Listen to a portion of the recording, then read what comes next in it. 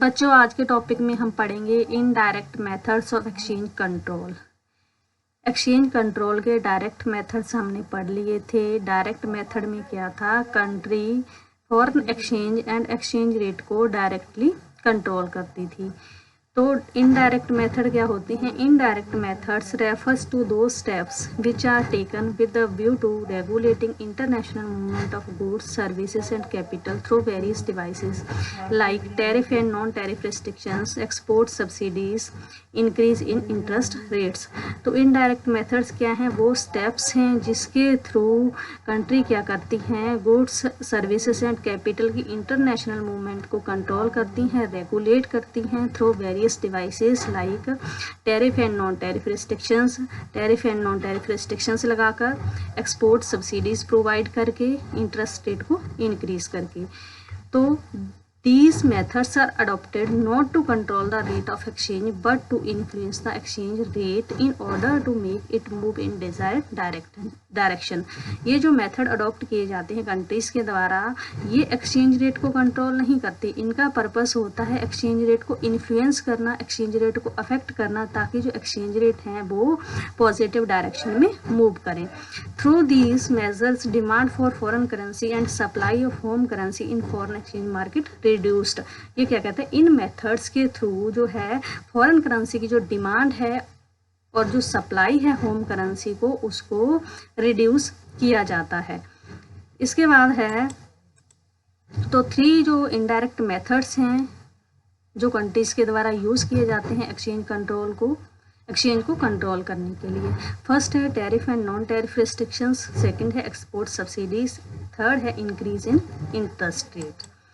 First है tariff and non tariff restrictions. इसमें countries क्या करती हैं, गुड्स एंड सर्विसेज के इंपोर्ट पर tariff and non tariff barriers लगा देती हैं। टैरिफ बैरियर्स जैसे कस्टम ड्यूटी लगा दी, नॉन टैरिफ बैरियर्स जैसे क्वाटा फिक्स कर दिया, लाइसेंस कंपलसरी कर दिया। तो जब किसी भी कंट्री के गवर्नमेंट के द्वारा tariff non tariff restrictions import पर लगा दी जाती हैं, तो इससे क्या होता है, जो इंपोर्ट्स होते हैं वो रिड्यूस हो जाती हैं। मतलब इंपोर्ट्स कम होंगी जब इस तरह की टैरिफ नॉन टैरिफ बैरियर्स लग जाएंगे। और इससे क्या होगा, जब हमारे जो इंपोर्ट हैं वो कम होंगे, तो देखो इंपोर्ट की पेमेंट जो है फॉरेन करेंसी में करनी पड़ती है। तो जब इंपोर्ट ही कम होंगे तो इससे क्या होगा, हमारी जो डिमांड है फॉरेन करेंसी के लिए वो भी रिड्यूस हो जाएगी। तो कहने का मतलब है भी जब किसी भी कंट्री के गवर्नमेंट के द्वारा tariff and non tariff barriers, tariff and non tariff जो रिस्ट्रिक्शंस हैं इंपोर्ट्स पर लगा दी जाती हैं, तो उससे जो इंपोर्ट्स होती हैं वो रिड्यूस हो जाती हैं। टैरिफ बैरियर्स में मींस जैसे कस्टम ड्यूटी लगा दी, नॉन टैरिफ बैरियर्स मींस जैसे लाइसेंस कंपलसरी कर दिया, क्वाटा फिक्स कर दिया। तो इससे क्या होता है, ये वाली जो रिस्ट्रिक्शंस हैं, इन रिस्ट्रिक्शंस को लगाने से इंपोर्ट्स कम हो जाते हैं। जब इंपोर्ट हमारी कंट्री के कम होंगे तो हमारी जो डिमांड है वो भी फॉरेन करेंसी के लिए रिड्यूस हो जाएगी।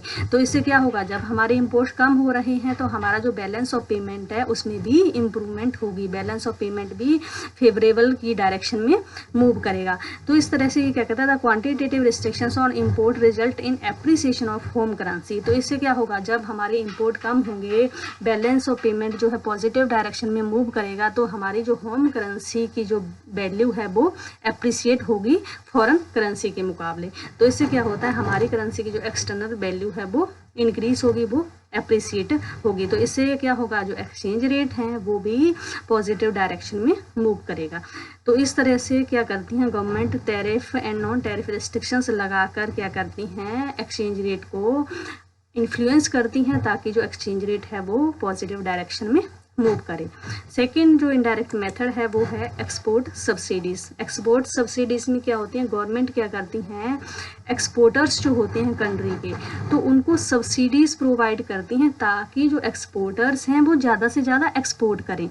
तो इससे क्या होगा, जब हमारी कंट्री से ज़्यादा एक्सपोर्ट होगा, एक्सपोर्टर्स जो है प्रमोट होंगे एक्सपोर्ट करने के लिए, तो ज़्यादा से ज़्यादा जब एक्सपोर्ट होगा तो क्या होगा, हमारा जो बैलेंस ऑफ पेमेंट है उसमें इंप्रूवमेंट होगी, क्योंकि एक्सपोर्ट जब ज़्यादा होते हैं, इंपोर्ट कम होते हैं, तो बैलेंस ऑफ पेमेंट जो है पॉजिटिव डायरेक्शन में मूव करता है। तो इससे क्या होगा, बैलेंस ऑफ पेमेंट में इंप्रूवमेंट होगी। जब बैलेंस ऑफ पेमेंट में इंप्रूवमेंट होगी तो क्या होगा, हमारी जो डोमेस्टिक करेंसी की जो एक्सटर्नल वैल्यू है वो एप्रिसिएट करेगी, इंक्रीज करेगी। जब हमारी डोमेस्टिक करेंसी की जो वैल्यू है वो अप्रिसिएट करेगी, तो जो एक्सचेंज रेट है वो भी पॉजिटिव डायरेक्शन में मूव करेगा। थर्ड जो इनडायरेक्ट मेथड है वो है इंक्रीज इन इंटरेस्ट रेट्स।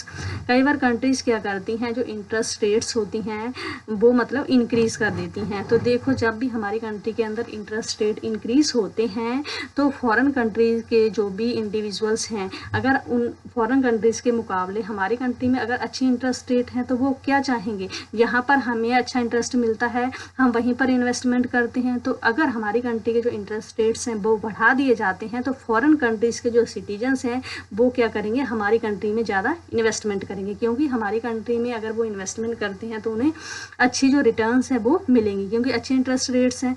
तो इससे क्या होगा, अगर हमारी कंट्री के अंदर अच्छे इंटरेस्ट रेट हैं तो क्या होगा, बाहर वाली कंट्री से हमारी कंट्री में कैपिटल का इनफ्लो होगा, मतलब बाहर से कैपिटल जो है हमारी कंट्री में आएगी। तो इससे क्या होगा, और जो कैपिटल का जो आउटफ्लो है वो कम होगा। तो जब कैपिटल हमारी कंट्री के अंदर आएगी हाई इंटरेस्ट रेट होने से, तो इससे क्या होगा, हमारा जो बैलेंस ऑफ पेमेंट जो सिचुएशन है वो भी पॉजिटिव डायरेक्शन में जाएगी। जब balance of payment positive direction में जाएगी तो जो एक्सचेंज रेट है वो भी पॉजिटिव डायरेक्शन में मूव करेगा। तो इस तरह से कंट्रीज़ की गवर्नमेंट क्या करती हैं, इनडायरेक्ट मेथड्स को अडॉप्ट करके वो क्या करती हैं, एक्सचेंज रेट को इन्फ्लुएंस करती हैं, ताकि जो एक्सचेंज रेट है वो पॉजिटिव डायरेक्शन में मूव करें। तो 3 मेथड्स जो हैं हमने पढ़ लिए इनडायरेक्ट। जैसे फर्स्ट हमने पढ़ा, जिसमें हमने पढ़ा in export subsidies and government क्या करती हैं, tariff and non tariff restrictions लगा देती हैं। थर्ड पढ़ा हमने इंक्रीज इन इंटरेस्ट